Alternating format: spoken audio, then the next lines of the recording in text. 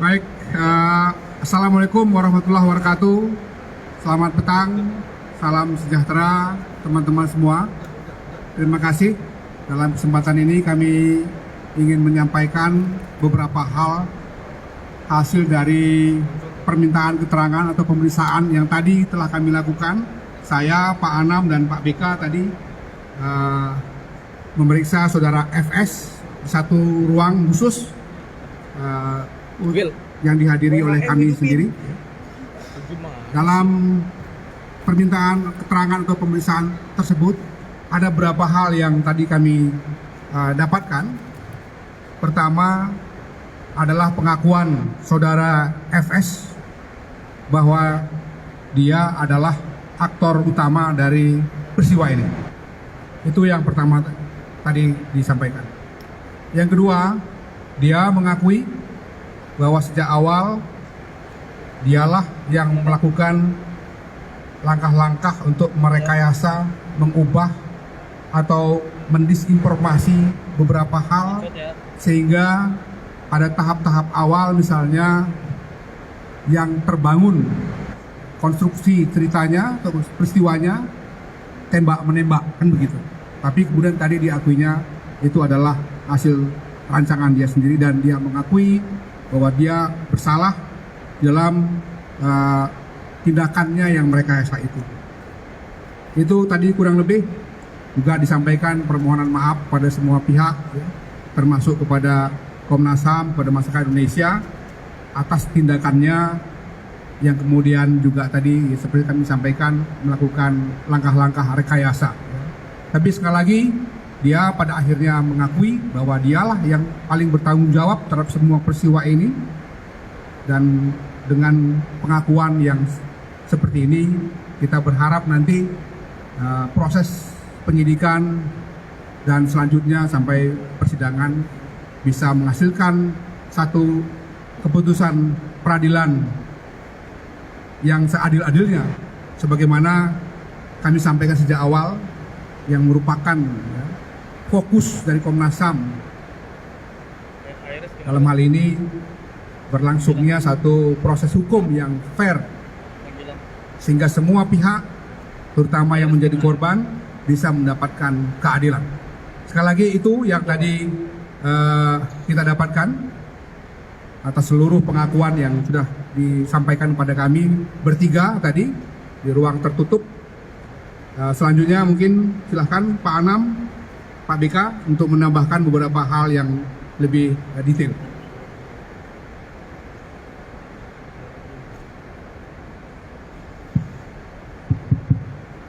Ya, menambahkan apa yang sudah diberitahu sama Pak Taufan. Yang pertama, karena kita memang melakukan proses pemantauan dan penyelidikan ini, beberapa temuan kami selama proses itu juga kami uji ke Pak Sambo. Yang pertama adalah soal constraint waktu. Jadi soal constraint waktu ini salah satu yang paling penting adalah apakah ketika dia sampai TKP Duren 3 rumah dinas nomor 46 itu Joshua dalam kondisi hidup ataukah sudah meninggal. Dia bilang masih hidup. Yang berikutnya adalah soal apa yang terjadi di Magelang yang beberapa waktu yang lalu memang kami dalami soal ini, khususnya terkait percakapan Joshua sama Vera yang ada ancaman. Nah, tadi juga terkonfirmasi terkait apa dan peristiwa apa yang terjadi di Magelang. Memang ada sebuah peristiwa yang nanti akan kami rekomendasikan kepada penyidik, dan sepertinya penyidik sudah juga melakukan proses pendalaman. Yang berikutnya adalah apa yang terjadi di Sangguling. Jadi kita punya waktu di Sangguling itu ada satu peristiwa yang kalau dalam rekaman video yang kami dapatkan, dalam rekaman raw material yang kami dapatkan lebih dari kurang lebih 1 jam gitu ya, yang itu yang kita juga tadi tanyakan apa yang terjadi dalam peristiwa itu. Ternyata memang ada komunikasi ya antara Pak Sambo dengan Bu Sambo sehingga memang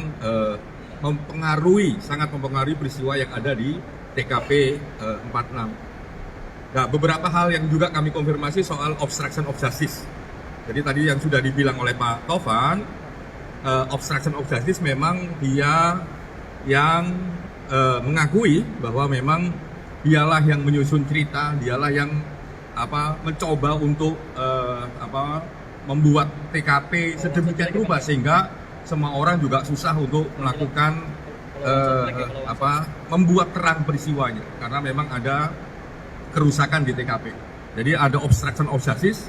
Tadi kami juga tanya kenapa demikian, kenapa demikian. Nah itu dia jawab dan konfirmasi dan Pak Sambo bertanggung jawab. Kalau dalam konteks Komnas HAM, obstruction of justice itu satu terkait barang, yang kedua terkait cerita. Jadi apakah cerita itu betul atau tidak? Ternyata memang ceritanya tidak betul, gitu ya. Yang berikutnya adalah soal kesaksian dan sebagainya. Nah itu kita konfirmasi dan Pak Sambo mengakui bahwa dia yang menjadi orang yang bertanggung jawab untuk membuat cerita itu semua. Nah yang terakhir yang juga penting bagi Komnas HAM selama proses ini adalah komunikasi. Ya, komunikasi macam-macam di cyber yang kita dapatkan juga kita konfirmasi, yaitu bagian dari obstruction of justice pasca peristiwa. Jadi kasus ini semakin terang benderang dan semoga keadilan, informasi yang terang benderang yang merupakan hak publik segera didapatkan oleh publik dan oleh kita semua, sehingga proses penegakan hukum semakin lama semakin bisa cepat dan kita bisa mendapatkan proses pengadilan yang bisa diakses oleh semuanya. Mungkin itu. Terima kasih. Pak Rika. Ya, saya hanya akan nambahi 2 poin, tapi tidak terkait detail yang tadi disampaikan Pak Anam dan Pak Ketua. Yang pertama adalah soal rencana permintaan keterangan Baradae. Jadi hari ini kami hanya meminta keterangan terhadap Pak Ferdi Sambo, tidak jadi Baradae. Kenapa? Karena pada saat yang bersamaan masih assessment di LPSK, masih ada proses dengan teman-teman LPSK, sehingga kami menunda sampai Senin depan. Itu yang pertama yang ingin saya sampaikan. Yang kedua adalah pada saat ini juga gitu ya, sedang permintaan keterangan terhadap Ibu Putri. Jadi ada teman-teman Komnas Perempuan dan juga anggota tim dari Komnas HAM sekarang sedang meminta keterangan dari Ibu Putri.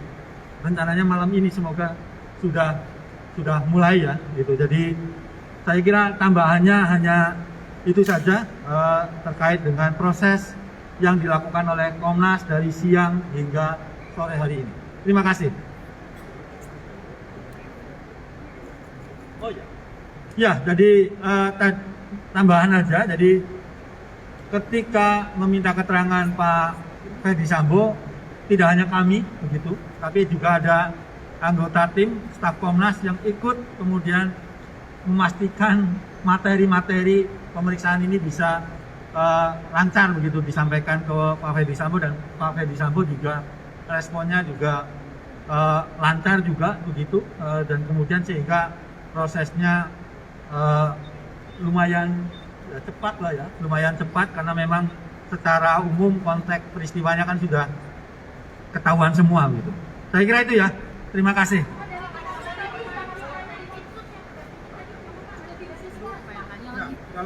Dalam pemeriksaan hanya kami bertiga dengan tim, bahwa kita sebagai Komnas HAM ya, sejak awal memang berkoordinasi, pastilah ya, kalau nggak mungkin kita bisa juga hadir di sini. Tapi kami pastikan bahwa kami bertiga ditampingi 3 orang staf Komnas HAM yang memeriksa saudara FS tanpa didampingi kelompok lain.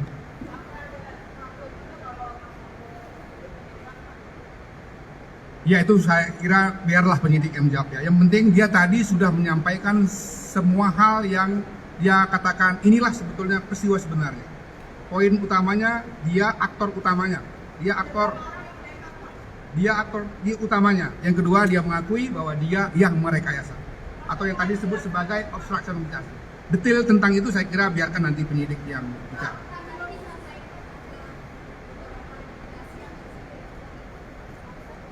Ya, nanti kurang lebih ini setelah ini kami masih ada olah TKP, ada pemeriksaan Ibu PC, ada pemeriksaan Baradae.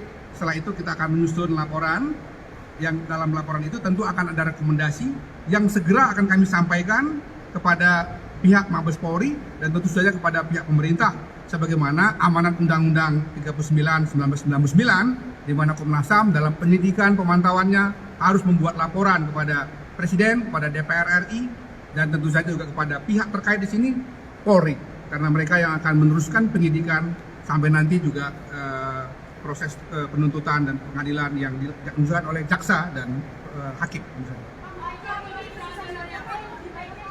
Sedang diupayakan di tempat tertentu ya. Berbeda seperti katakan sebelum-sebelumnya, karena ada satu situasi tertentu kita harus mengasumsikan bahwa dia harus mendapatkan perlakuan tertentu juga. Kita sedang berupaya untuk mencari tempat yang membuat dia lebih leluasa ya, untuk menyampaikan apa yang dia tahu, apa yang dia alami dan dia rasakan. Oke ya.